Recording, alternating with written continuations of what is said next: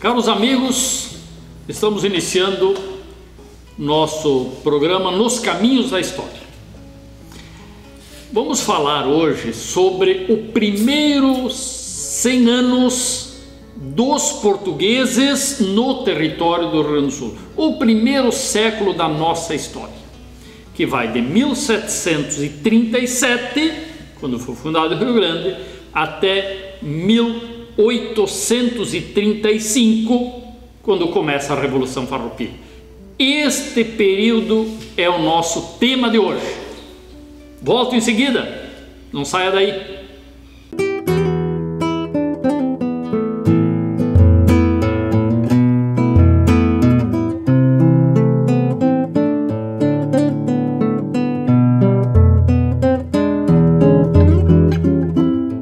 Voltamos nos caminhos da história. Vamos falar da fundação de Rio Grande por José da Silva Paz em 1737 até o início da Revolução Farroupilha, sem entrar nela, evidentemente, porque a Revolução Farroupilha nós vamos dedicar momentos especiais para ela. Com a fundação de Rio Grande em 1737, os portugueses começam uma ocupação, digamos assim, oficial, com a administração local, ou parcialmente uma administração local. Porque no início ainda o que acontecia por aqui, em direção de Laguna, onde já havia uma ocupação, no Desterro, que é a Florianópolis, se ligavam à província de São Paulo e Santa Catarina, ok? Essa era a ligação administrativa, digamos assim. Mas com a chegada de Silva Paz, fundação de Rio Grande, algumas questões, especialmente militares, se vinculam aqui, com a fundação, inclusive, dos corpos de dragões. As primeiras formações militares, assim eram chamados, corpos de dragões. Eram militares portugueses, que tinham a tarefa de defender o território que começa a ser ocupado com distribuição de sesmarias a partir do litoral.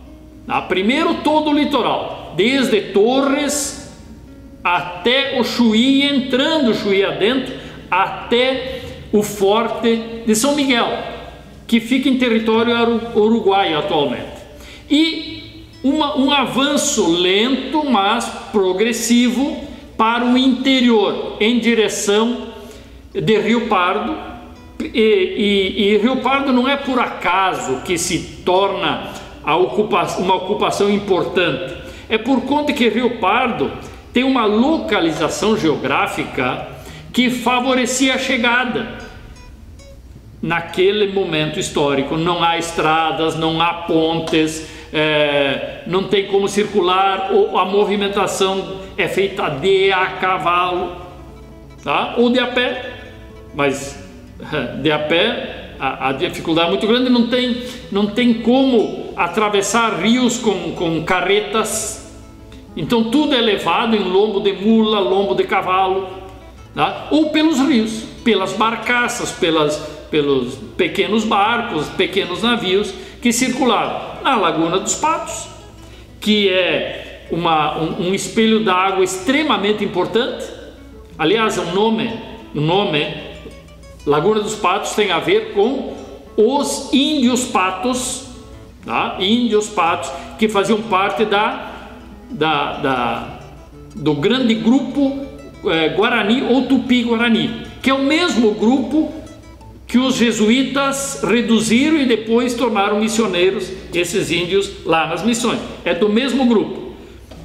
Ao sul nós vamos ter o grupo Pampiano, lá com Guinoas, Minuanos, Charruas. No meio do território os Guaranis, onde tem várias tribos. Aqui junto das lagoas são os índios Tapes e os índios Patos. E depois nós temos o grupo G, que é basicamente o grupo da Serra, né, da região mais dos matos, onde nós vamos ter ali os coroados, os caigangues, essa outra região, tá? Os três grandes grupos de indígenas.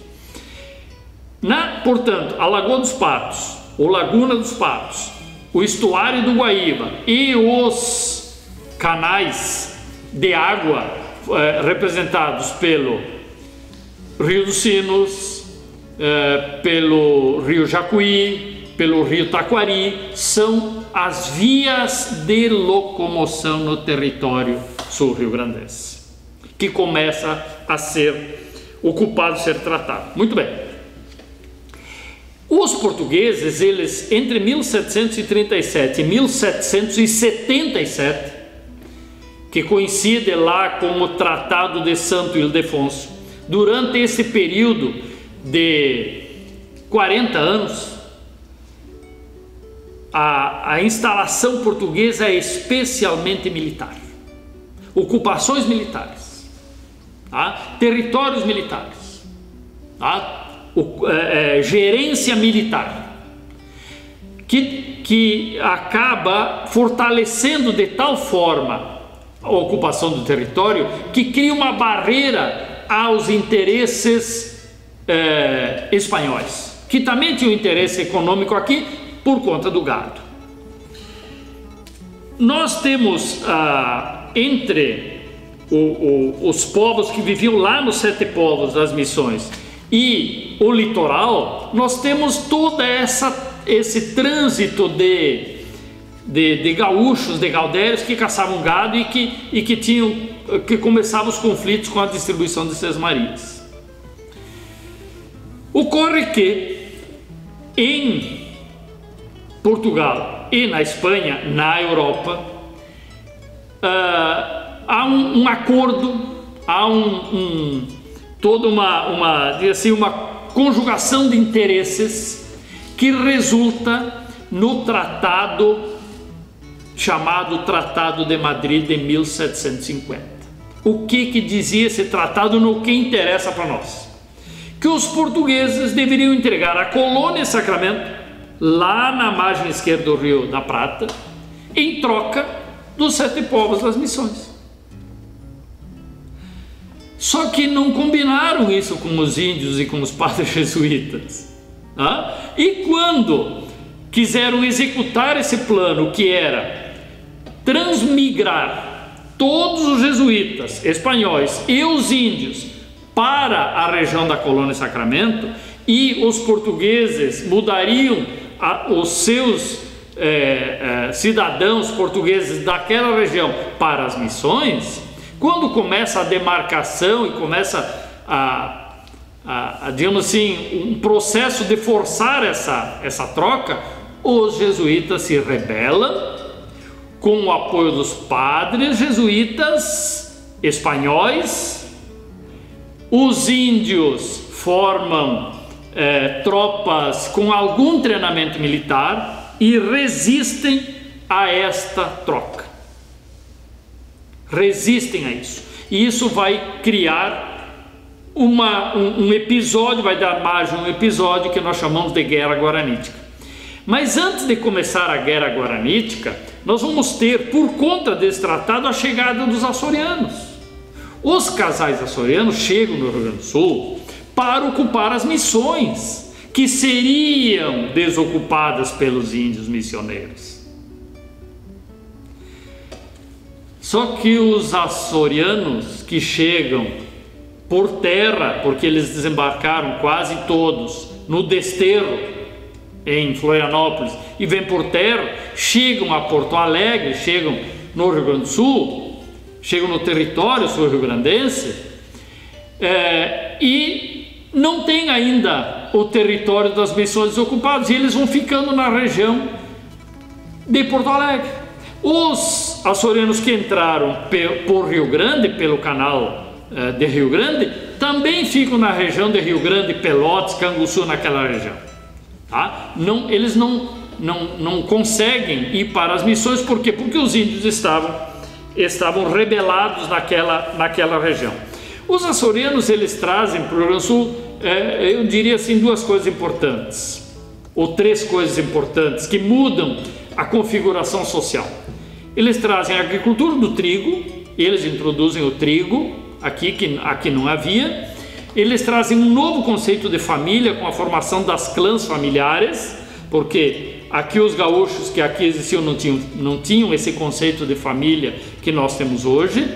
E eles trazem também uma nova forma de pesca, porque os açorianos vêm das ilhas dos Açores, onde a pesca era importante, e eles implantam aqui modelos novos de pesca, e o pescado se transforma numa coisa importante para a sobrevivência de quem vivia aqui no nosso território. Voltando à questão dos indígenas e da guerra guaranítica, ela resulta, portanto, a guerra guaranítica dessa resistência que os índios têm a entregar o seu território, tá? E aí surge uma figura exponencial no comando dos guaranis, que é Cepé Tiaraju. O governador do Rio Grande do Sul, Gomes Freire, acaba comandando as tropas portuguesas que começam a pressionar os índios. A Guerra Guaranítica começa em 1754. Tá? Tem uma primeira fase, primeira escaramuça, e aí houve uma espécie de acordo entre tropas portuguesas e indígenas.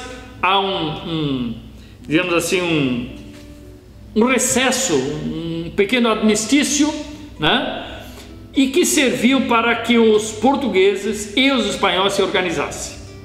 E quando chegamos em 1755, os portugueses que estavam acantonados ou acampados nas cabeceiras do Rio Negro, ali um pouco ao sul de Bagé, tá? Recebem o apoio dos espanhóis que vêm da região de Montevidéu, tá? E juntam tropas portuguesas, tropas espanholas num único exército de aproximadamente 3.000 homens treinados, militares treinados, para forçar a que os jesuítas e os índios saiam das missões. A reunião dos exércitos ocorre, portanto, numa fortificação chamada de Santa Tecla, que fica ali próximo de onde é Bagé atualmente, e marcham em direção das missões. Os índios vêm das missões ao encontro das tropas conjugadas espanholas e portuguesas. E nós vamos ter São Gabriel, o que é hoje São Gabriel, mais ou menos o centro desse primeiro, o mais importante embate entre as tropas. Os índios, eles usavam um sistema de guerrilhas, de ataca e foge. Atacavam as tropas portuguesas e espanholas, que eram tropas pesadas, tropas militares, com carretas, com canhões. A movimentação militar organizada é muito lerda em movimentação no território, enquanto que muito mais rápidos eram os índios, que de a cavalo fustigavam, atacavam e fugiam. Até que, no dia 7 de fevereiro de 1756, nós vamos ter um episódio conhecido como o combate ou digamos assim, o encontro de Cepé Tiaraju com seus algozes na Sanga da Bica, hoje território urbano de São Gabriel, quando Cepé Tiaraju é morto. Ele é ferido inicialmente por um soldado português e é trucidado ou morto, né, a bala, pelo comandante das tropas espanholas, D. José Joaquim Viana, 7 de fevereiro de 1756, morte de Cepé Tiaraju, hoje reconhecido como herói nacional no Brasil. Nós voltamos em seguida para continuar essa nossa história dos primeiros 100 anos do Rio Grande do Sul com ocupação portuguesa. Não saia daí que nós voltamos logo logo. Erva mate e chás Barão, o verdadeiro sabor do chimarrão. A erva mate Barão a preferida do chimarrão e nos corações dos gaúchos.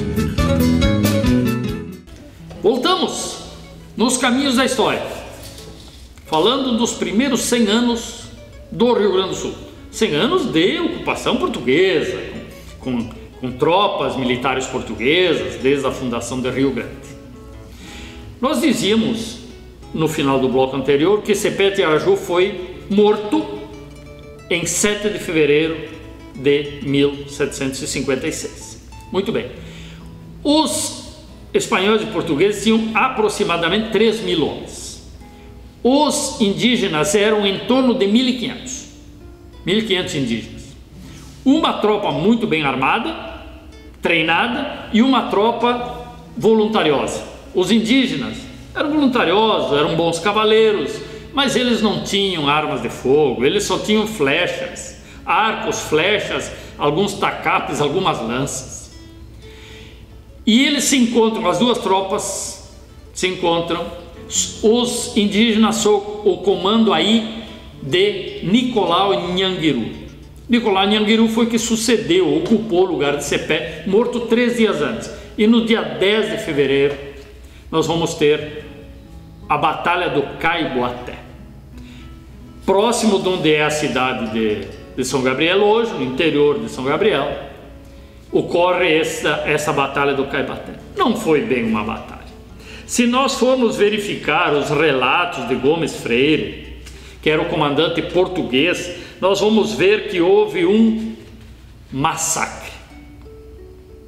O Gomes Freire descreve o seguinte, que 1.200 índios foram mortos e 150 índios foram feitos prisioneiros, de um total de 1.500. Ou seja, sobraram 200 índios que fugiram. Das tropas espanholas e portuguesas, as baixas das tropas espanholas e portuguesas, segundo o relato de Gomes Freire, é de 3 soldados mortos e 30 feridos. Vejam bem, de um lado 3 mortos e 30 feridos, do outro lado 1.200 mortos e 150 presos. Isso não é batalha, isso é massacre. Assim se intensifica a decadência missioneira que já vinha num processo de efetivação. As missões, por volta de 1730, entram num processo de declínio, com conflitos entre padres jesuítas e a coroa espanhola. Depois desse massacre, as tropas seguem em direção das missões e ocupam as missões. Nós vamos ter, depois desse massacre de Caiboaté, a sequência da ocupação da região das missões pelas tropas conjugadas portuguesas e espanholas, com a ocupação de São Miguel e depois a ocupação dos outros povos em maio daquele mesmo ano, de 1756. Esse período, que vai de 1750 até metade dos anos 60, ou seja, durante 15 anos, Portugal e Espanha viviam pacificamente. Mas aí nós vamos ter a morte do rei da Espanha, Fernando VI, e a retomada dos conflitos na Europa. E aqui que acontece? O governador de Buenos Aires aproveita os conflitos que existiam na Europa, transferidos para cá, e invade Rio Grande em 1763. Invade a cidade de Rio Grande e toma Rio Grande. E fica ocupando o Rio Grande até 1776. 13 anos de ocupação de Rio Grande. Os espanhóis tomaram o Rio Grande por 13 anos. Só se manteve de pé aqui no nosso território a região ocupada, defendida por Rio Pardo. E aí surge a figura importante de Rafael Pinto Bandeira, que era o comandante dos dragões de Rio Pardo, e que rechaça a invasão espanhola nesta região do Rio Pardo, defende o território do Rio Grande do Sul, e por isso que o Rio Pardo é chamado de tranqueira invicta. Tranqueira invicta porque os espanhóis não cruzaram o Rio Pardo, chegaram várias vezes no forte de Rio Pardo e não conseguiram passar. Com o comando na província de São Pedro do Rio Grande do Sul, de José Marcelino de Figueiredo, a partir de 1769, nós vamos ter uma melhoria na situação administrativa do Estado, que a capital já estava em Viamão.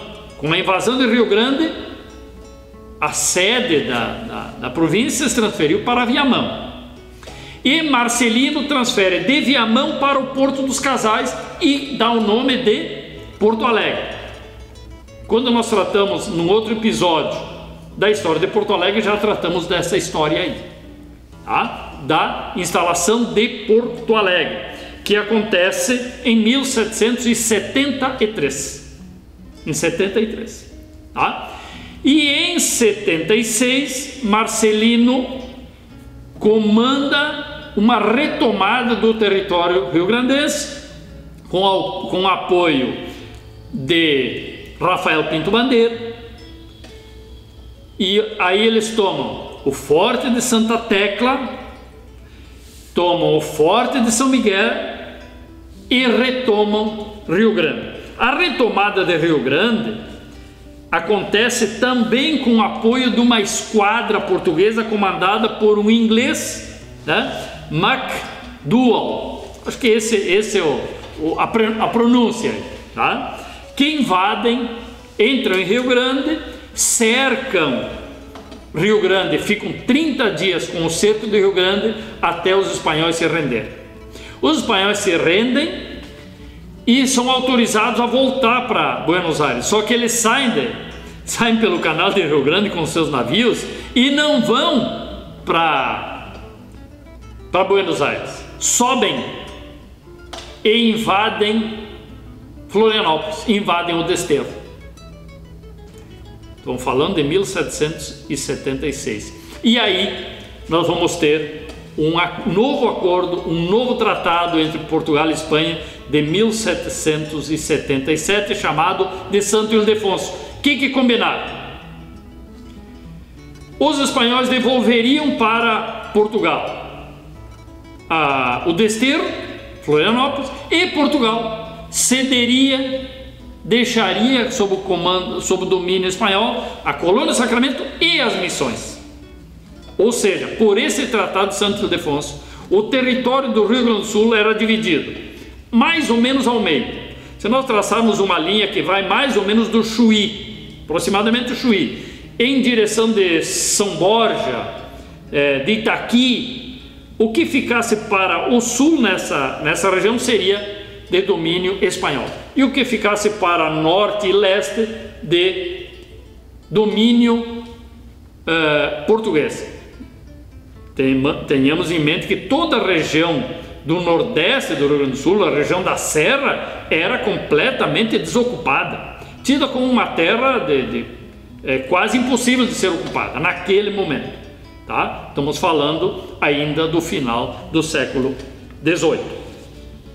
Aí nós vamos ter um período de calmaria, né? Com a criação ali dos campos neutrais e tal, e até que no início do século XIX, em 1801, Borges do Canto organiza uma expedição militar saindo de Rio Pardo e invade as missões e expulsa os jesuítas das missões.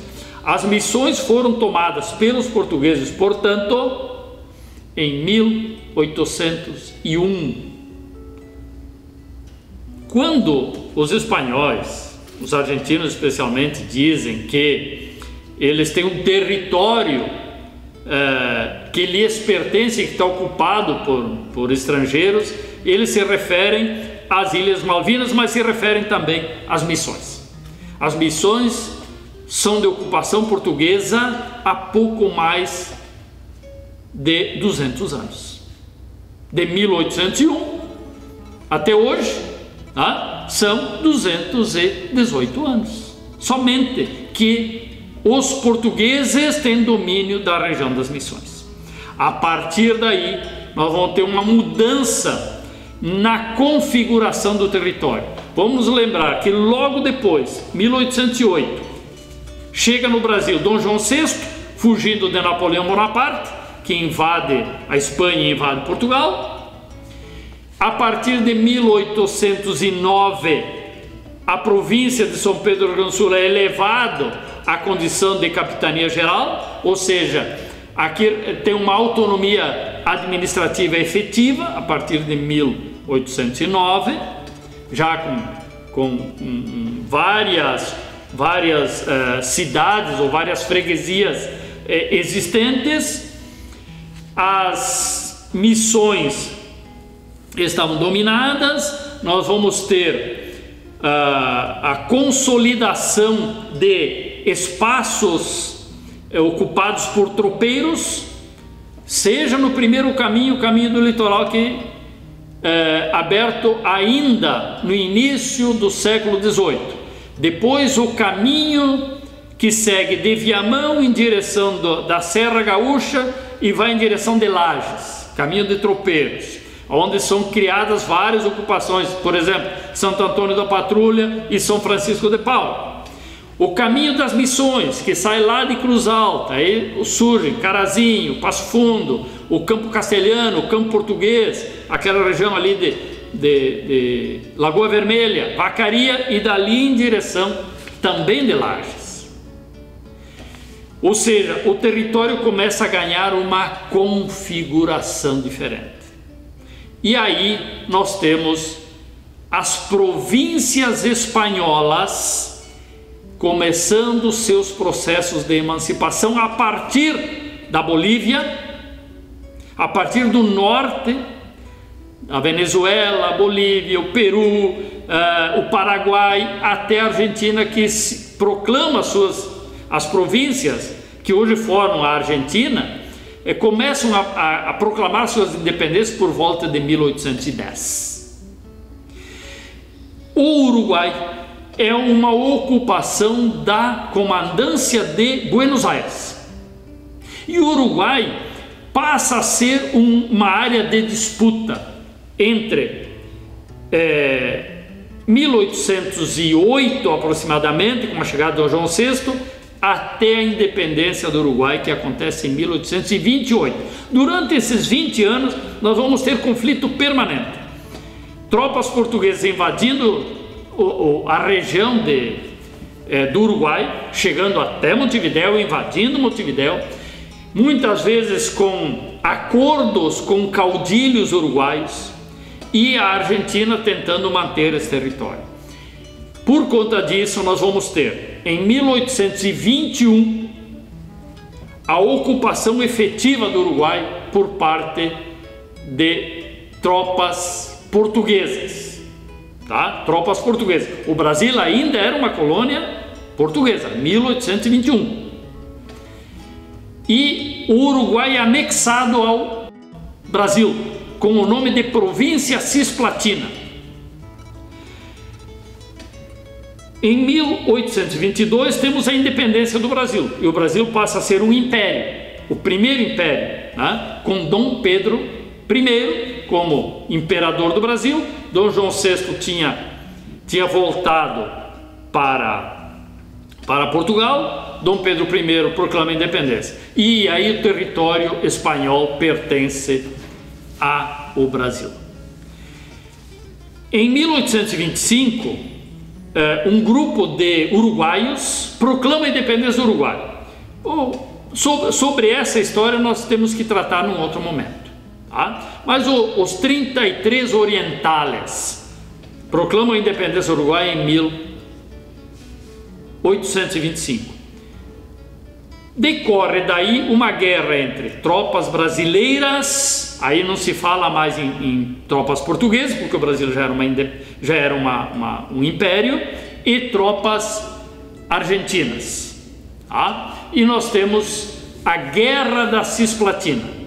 A Guerra da Cisplatina ela tem um episódio importante, que é a batalha do Passo do Rosário, tá?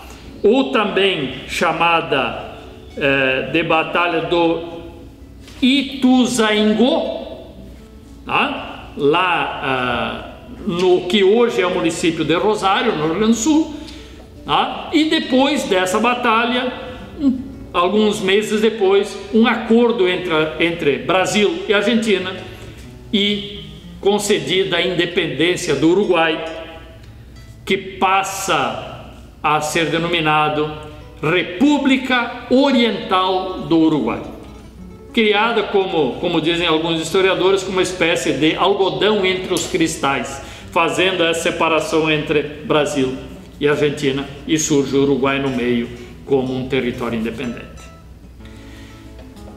Está formado a partir daí todo o ambiente, todo o clima que vem resultar logo em seguida na Revolução Farroupilha. Mas sobre a província cisplatina, a Batalha do Passo do Rosário, a Guerra da Cisplatina e a preparação da Revolução Farroupilha, nós vamos tratar esse assunto num outro momento.